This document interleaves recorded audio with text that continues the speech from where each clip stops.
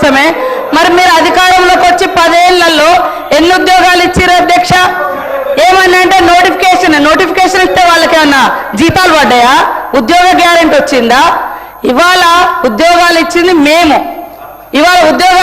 మేము, నోటిఫికేషన్ ఇచ్చినాం. నోటిఫికేషన్ ఇస్తే వాళ్ళ ఇంట్లోకైనా జీతాలు వచ్చినాయా? ఏమైనా ఆర్డర్ ఇచ్చిర్రా? ఇవాళ ఎట్లున్నాయంటే అధ్యక్ష వీళ్ళు చెప్పేది పాండవులు సంపాదించిందంతా కౌరవుల తద్దినానికే అంటారు. వీళ్ళు చేసిన వాటికి అప్పులకు కొప్పులు కట్టడమే సరిపోతుంది సార్ వడ్డీలు. ఈరోజు హరీష్ రావు గారు ఇంత బాగా మాట్లాడిండు. మరి ఇన్ని వేల కోట్లు రైతులకు అప్పు ఎక్కడైంది? ఏ కాలంలో అయింది? ఇవాళ నీ నియోజకవర్గంలోనే 50% కాలేదంటున్నావు. మరి ఎందుకు కాలంటే మీ గవర్నమెంట్ హయాంలోనే మరి ఆ 20-30 వేల కోట్లు మీ గవర్నమెంట్ హయాంలోనే అయినాయి కదా అప్పులన్నీ రైతులకు. మీకు అంత చిత్తశుద్ధి ఉన్నప్పుడు ఎందుకు మరి కట్టలే? మీరు ఏకకాలంలో 1,00,000 రూపాయలు రుణమాఫీ చేస్తా అన్నారు. ఎడ చేసిరు అంటున్నా. చేస్తే మేము వచ్చి 6 నెలల తర్వాత వెంటనే రైతు రుణమాఫీ అయింది. 6 నెలల్లో చేసుకున్న అప్పు కాదు కదా రైతులది. ఇవాళ యాసలు ప్రాసలు ఇప్పుడు బాగా మాట్లాడుతున్నారు సార్. మేము 2.5 ఏళ్ళకే మీకు అంత బాధ అవుతుంది. 10 ఏళ్ళు ఏం చేసారో లెక్కలతో సహా చెప్పండి. ఎన్ని లక్షల మందికి ఉద్యోగాలు ఇచ్చిరు, ఎన్ని లక్షల మందికి ఇల్లు ఇచ్చిరు, ఎన్ని లక్షల మందికి రుణమాఫీ చేసిరు, ఎన్ని లక్షల కోట్లు రుణమాఫీ చేసిరు, అవన్నీ చెప్పాలి కదా. అవి చెప్పకుండా ఎంతసేపు మేము గొప్ప. మీరు గొప్ప అయితే మీ సొంత నియోజకవర్గం రైతులే అనేక మంది మీ హయాంలోనే చాలా మంది చనిపోయారు. అదేవిధంగా ఇప్పుడు మీరు చెప్తున్నారు కదా ఇన్ని వేల కోట్ల అప్పు ఉంది మీ నియోజకవర్గంలో అని. మరి ఎందుకు చేసుకోలేకపోయారు అధ్యక్ష? ఫైనాన్స్ మినిస్టర్గా ఉన్నారు, మీ గవర్నమెంటే ఉంటుంది. ఇవాళ కేవలం రాళ్ళేసుడు. మేము గొప్ప. మీ బాధ అంతా హరీష్ అన్న, మీ బాధ అంతా అధికారం పోయిందని అంతే తప్ప ఇంకోటి కాదు. అయ్యో అనకమ్మా 10 ఏళ్ళు ఇక్కడ అనుభవించారు, నువ్వు అక్కడ పోయినావు అధికారం అనుభవించి దొరసారి ఏమంటే కాంగ్రెస్ నాకు ఏం చేసింది బాగా అనిపించింది. మాలాంటి వాళ్ళ వీడియోలు చూస్తుంటే కాంగ్రెస్ ఏం చేసిందా? ఇవాళ మాట్లాడడానికైనా మనం చేసింది మనం గొప్పగా చెప్పుకోవాలి. చేసిన దాని మీద కూడా మన్ను పోసుడు గొప్ప కాదు. చేసింది కూడా మన్ను పోసి మేము ఎక్కడుంటే అక్కడ గొప్ప అని చెప్పుకోవడం కాదు. ఎస్ మా హయాంలో నేను ఉన్నప్పుడు కూడా చేసిన, ఇప్పుడు చేయలేకపోయినాం అని చెప్పుకోవాలి. కానీ సీటు మారగానే చరిత్ర అంతా చేంజ్ అయిపోతుందా అధ్యక్ష? చేంజ్ అయిపోతుందా? అట్లా ఉంది. కాబట్టి వాళ్ళ బాధ నిజంగా ప్రజల మీద ఉంటే 10 ఏళ్ళు వచ్చే టైం మీకు. మరి ఇవన్నీ మీరు చేసి ఉంటే మేము ఇవ్వాల్సిన పేదరికం ఇంతెందుకు? మేము ఇవన్నీ చేస్తామని ఎందుకు ఒప్పుకునే వాళ్ళం?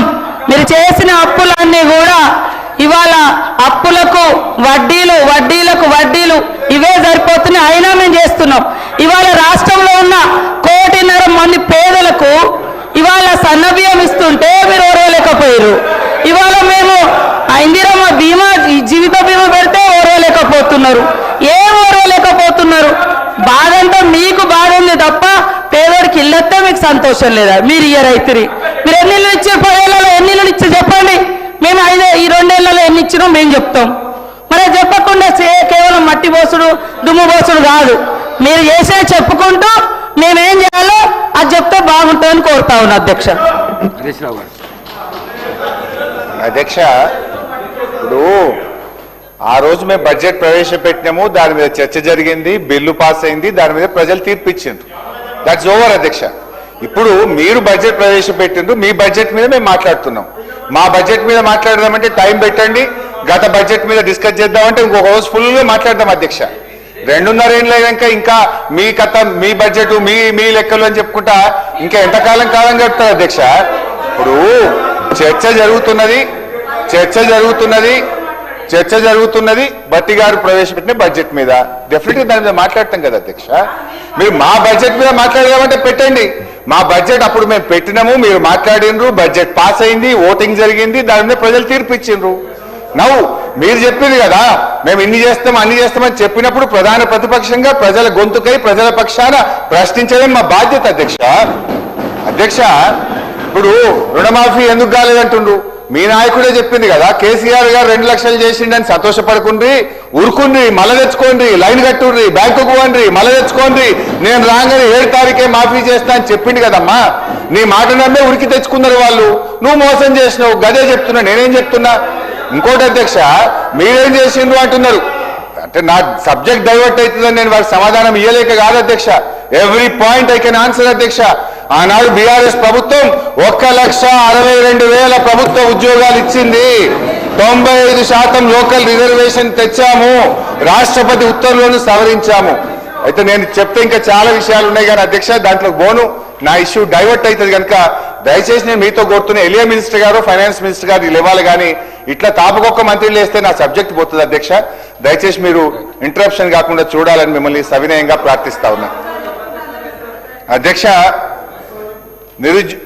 అన్ని వాస్తవాలు బడ్జెట్ బుక్కులు పెట్టుకునే మాట్లాడుతున్నా, మీలాగా నోటికి ఏం మాట్లాడతలేను అధ్యక్ష. నేను ఫైనల్ ఒకటే చెప్తున్నా అధ్యక్ష, గౌరవనీయులు భట్టి గారితో రాష్ట్ర ప్రభుత్వంతో ఆనాడు నిరుద్యోగులను ఓటింగ్ మిషన్ల లెక్క మీరు వాడుకున్నారు అధ్యక్ష. ఇప్పుడు వాళ్ళని ఎత్తురు కళ్ళ చూస్తున్నారు అధ్యక్ష.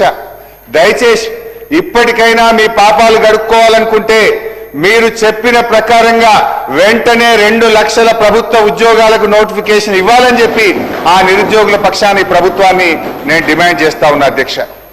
మరొక పథకం అధ్యక్ష, రాజీవ్ యువ వికాసం అధ్యక్ష. ఈ పథకం గురించి రెండో బడ్జెట్ ప్రసంగంలో భట్టి గారు చెప్పారు అధ్యక్ష. పేజ్ నెంబర్ 29 సెకండ్ బడ్జెట్ ప్రసంగం అధ్యక్ష.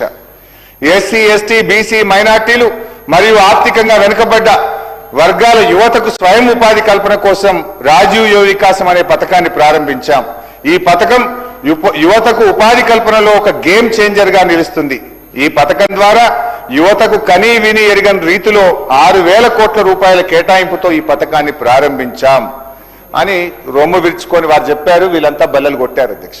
7 ఏడాది అయిపోయింది అధ్యక్ష. 1 రూపాయి ఒక్క యువతి యువకుడికి ఈ రాష్ట్రంలో ఇప్పటిదాకా మేలు జరిగిందా అని అడుగుతా ఉన్నా అధ్యక్ష.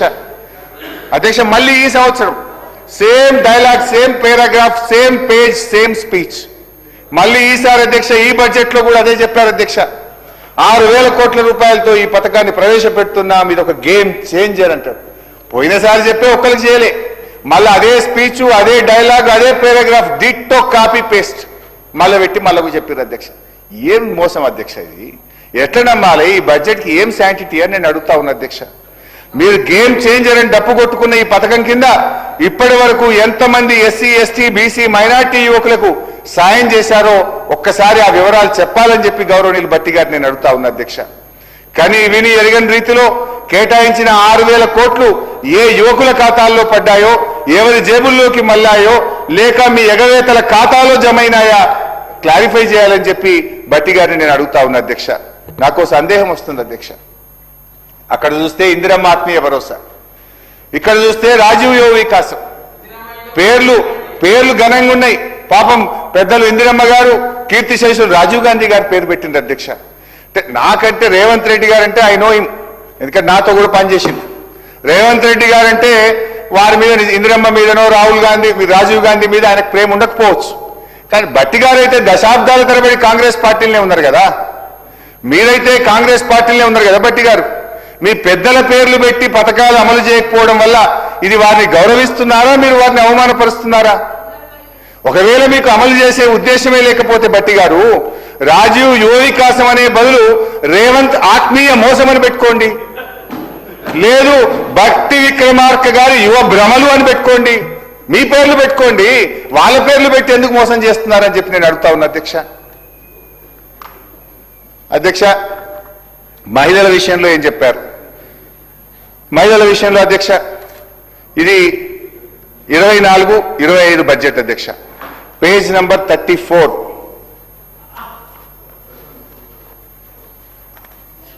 పేజ్ నంబర్ 34 అధ్యక్ష. ప్రతి సంవత్సరానికి కనీసం 20,000 కోట్లకు తగ్గకుండా వచ్చే 5 సంవత్సరాల్లో 1,00,000 కోట్ల రూపాయల వడ్డీ లేని రుణాలు అందించాలని మా ప్రభుత్వం సంకల్పించింది. 1,00,000 కోట్ల రూపాయల వడ్డీ లేని రుణాలు అందించాలని మా ప్రభుత్వం సంకల్పించింది అధ్యక్ష. రెండో బడ్జెట్ అధ్యక్ష 25-26 పేజ్ నంబర్ 37. కోటి మంది మహిళలకు ఇందిరా మహిళా శక్తి మిషన్ పథకం ద్వారా 1,00,000 కోట్ల రూపాయల వడ్డీ లేని రుణాలు అందిస్తాము. 1,00,000 కోట్ల వడ్డీ లేని రుణాలు అందిస్తాం. ఈ బడ్జెట్ చూద్దాం ఇక 26-27 అధ్యక్ష. ఈ బడ్జెట్ లో పేజ్ నెంబర్ 24 అధ్యక్ష. ఈ బడ్జెట్కి వచ్చేసరికి ఏమంటారంటే అధ్యక్ష 5 సంవత్సరాల్లో 1,00,000 కోట్ల రూపాయల మేరకు బ్యాంకు ద్వారా రుణాలు ఇప్పించే ప్రయత్నం చేస్తాము అంటే అధ్యక్ష 4వ బడ్జెట్ వచ్చేసరికి వడ్డీ లేని రుణాలు అనే మాటను మాత్రం కంఫర్టబుల్ గా మాయం చేసేసారు. మేనిఫెస్టోలో 1,00,000 కోట్ల వడ్డీ లేని రుణం, మొదటి బడ్జెట్ లో 1,00,000 కోట్ల వడ్డీ లేని రుణం, రెండో బడ్జెట్ లో 1,00,000 కోట్ల వడ్డీ లేని రుణం, మూడో బడ్జెట్ కి వచ్చేసరికి 1,00,000 కోట్ల